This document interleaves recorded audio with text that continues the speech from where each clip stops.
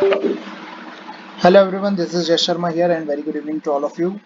बात कर लेते हैं टीसीएस यानी कि आईटी शेयर्स के बारे में। 3 आईटी शेयर्स मैं आपको बताऊंगा, माइंडट्री, टीसीएस, इन्फोसिस। ठीक है, जैसा कि मैंने कल एचडीएफसी के बारे में बताया था, 1500 रुपये पे।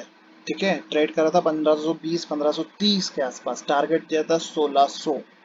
मैंने एक्सपेक्ट किया था गैप अप से, नहीं हुआ, बट इवेंचुअली पूरे दिन में उसने 1637 रुपये से लेके 1640 रुपये के आसपास कुछ हाई लगाया। ठीक है, तो वो भी एक नियर ब्रेकआउट था, काफी दिन से अंडर परफॉर्मर था, जस्ट लाइक आईटी। आज टीसीएस उठा है, उठ के चलने की कोशिश किया है, 200 मूविंग एवरेज के ऊपर जाके आज 1 डे के टाइम फ्रेम पे क्लोज हुआ है। ठीक है, तो इट मीन्स अब टीसीएस में जो तेजी बनेगी वो इस डब्ल्यू पैटर्न के आधार पर बनेगी, और वो तेजी का पहला टारगेट ही आपका रहेगा अराउंड यहाँ तक का 3420 रुपए तक के टारगेट आपके फर्दर बनते हैं अपसाइड में। यहाँ से 100 पॉइंट का और अप मूव अभी सोमवार के दिन आपको टीसीएस में मिलता हुआ दिखेगा। ठीक है, क्यों? क्योंकि टीसीएस काफी दिन से इस जगह पे कंसोलिडेशन कर रहा था, और एक ये बड़ा सा डब्ल्यू पैटर्न है। अगर आप इसे ध्यान से समझ पा रहे हो तो ये एक बड़ा सा डब्ल्यू पैटर्न है ये, एंड इवेंचुअली जो इसका टारगेट निकल के आएगा वो निकल के आएगा 3750 रुपए से 3760 रुपए का रेट। क्यों मैं ऐसा बोल रहा हूँ? क्योंकि देखो 1 डे के टाइम फ्रेम पे आपको साफ साफ एक डब्ल्यू दिख रहा होगा बड़ा सा। इस डब्ल्यू पैटर्न को बहुत ही एक्सट्रीम बुलिश पैटर्न माना जाता है, और सिर्फ इसमें एक डब्ल्यू पैटर्न ही नहीं बल्कि अन्य और भी पैटर्न्स इसमें फॉर्मेशन हो रही है इस समय। तो चांसेस काफी ज्यादा है कि अब टीसीएस यहाँ से उड़ने को तैयार है। इसके अपर एंड फर्स्ट टारगेट की बात करूँ तो 3450 रुपए तक, 3420 से लेके 3430 रुपए तक के रहेंगे। मंडे के दिन आपको देखने को मिल सकते हैं विद गैप अप और ओपन फ्लैट टू पॉजिटिव।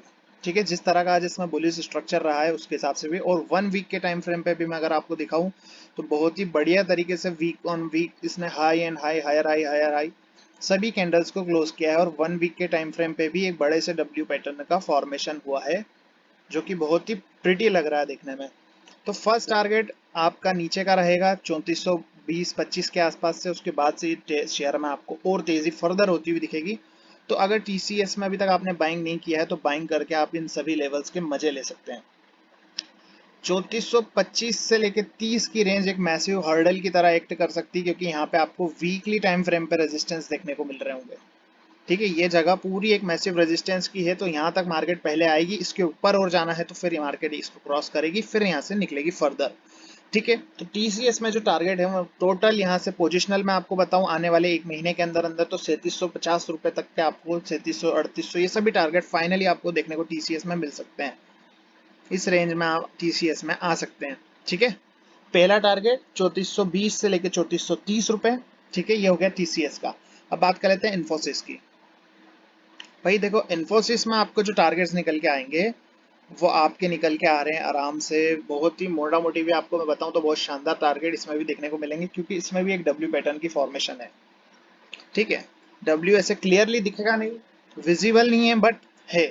किस तरह से देखो, 1 वीक के टाइम फ्रेम पे, सॉरी 1 डे के टाइम फ्रेम पे, इस पे भी कहीं ना कहीं 200 ईएमए के ऊपर क्लोजिंग आई है, और ये यहाँ पे एक जोन में है।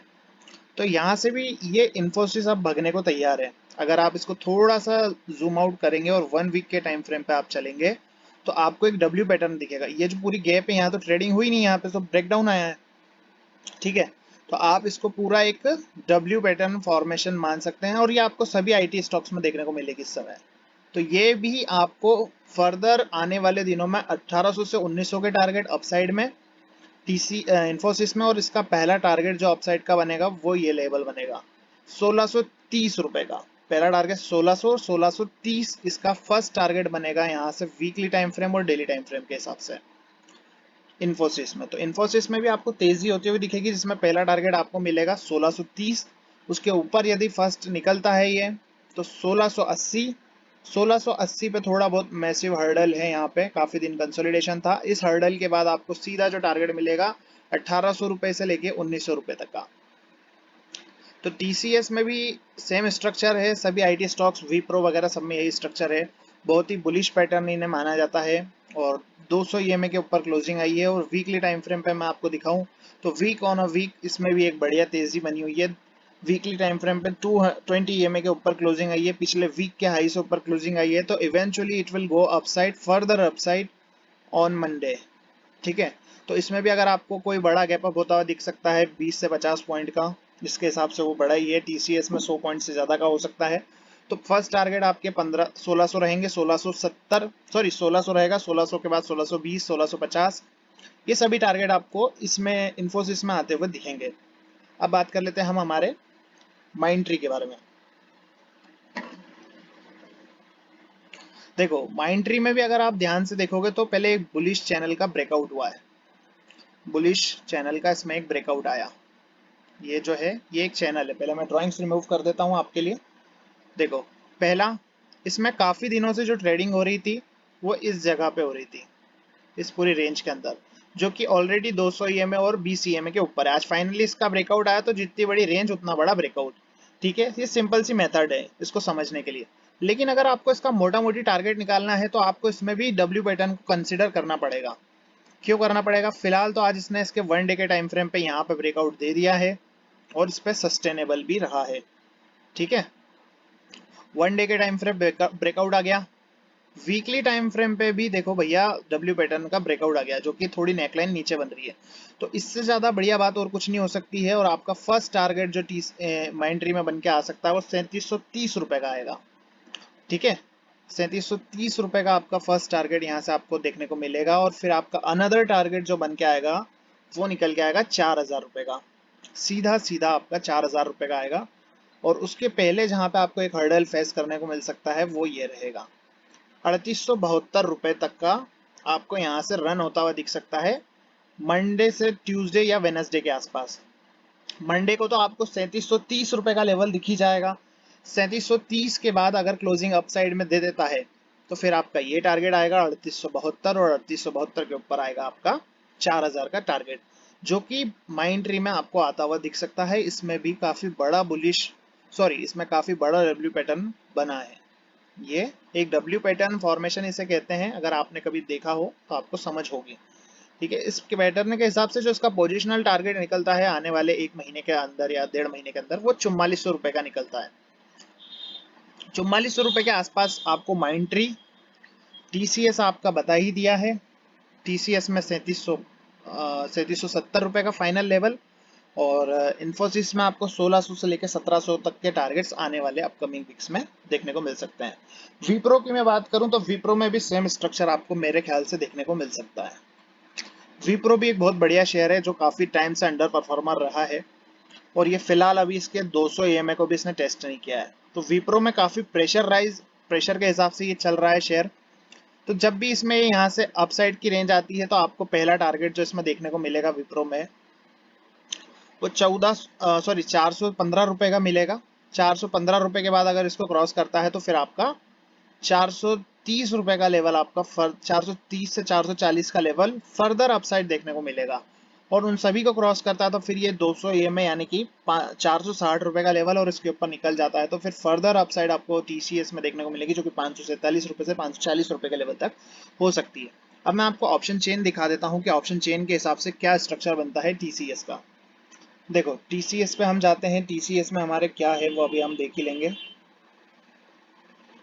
टीसीएस देखो, टीसीएस में जो चार्ट मतलब इसकी ऑप्शन चेन बन रही है, ऑप्शन चेन के हिसाब से भी टीसीएस में पहला टारगेट 3400 रुपए का आएगा। क्रॉस होता है तो फिर फर्दर अपसाइड आएगी, जिसमें कोई इसको 3700 तक रुकावट नहीं है, 3500 का एक हर्डल है, उसके बाद कोई इसमें हर्डल नहीं रहेगा।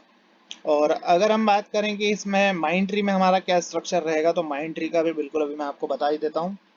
माइंड ट्री में भी देखो आपको एक ही रेजिस्टेंस है 3700 रुपए का। 3700 का रेजिस्टेंस जैसे ही क्रॉस होता है तो फर्दर इसमें कोई रेजिस्टेंस नहीं, आगे छोटे मोटे चंगू मंगू है, इसको कटते ही 3800 और ये सब कट जाएंगे, और सीधा 4000 का लेवल आपको माइंड ट्री में आता हुआ दिख सकता है।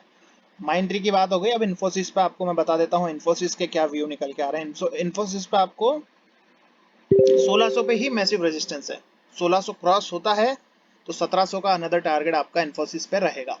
तो जो भी मैंने जानकारी आपको दी है वो आप इसे समझें अच्छे से, उसको अपने दिमाग में उतारो, क्योंकि जिस तरह से भी आईटी अभी तक अंडर परफॉर्मर रहा है तो उस हिसाब से अब ये ब्रेकआउट देगा। तो जो ब्रेकआउट देने वाले स्टॉक है उन्हें कैच करें, ब्रेकआउट मोमेंटम को कैच करें। और ये क्यों तेजी से जाएंगी, क्योंकि नैस्डैक जो है, नैस्डैक इसने काफी बढ़िया तरीके से बॉटम बनाया है। नैस्डैक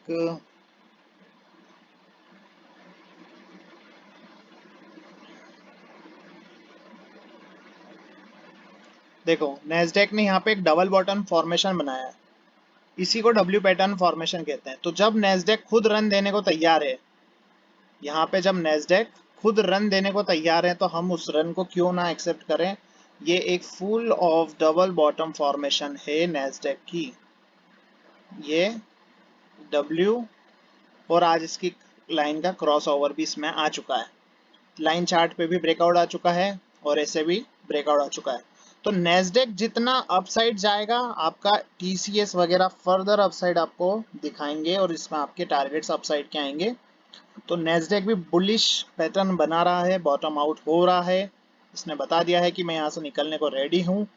तो नैस्डैक जब जब ऊपर जाएगा, आपका टीसीएस, आपके इन्फोसिस, आपका IT sector full on bullish रहेगा।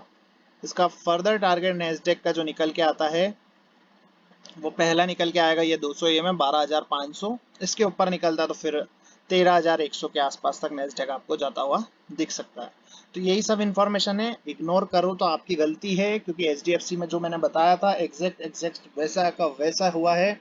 सिर्फ अगर आप गैप अप को छोड़ दो तो एचडीएफसी ने बाकी वही किया है जो मैंने आपको बताया था। ठीक है, यही काली लाइन मैंने खींची थी, यहीं पे मैंने बताया था एक 100 पॉइंट की कैंडल कोई एक्सपेक्ट नहीं कर रहा, लेकिन मैं कर रहा हूँ, और वही का वही हुआ। तो जिस तरह से मैंने इसको समझा है उसी तरह से बाकी और आपको समझाया है। अच्छा लगा हो वीडियो तो चैनल को सब्सक्राइब करें, लिंक डिस्क्रिप्शन में दे रखा है टेलीग्राम चैनल का। ठीक है।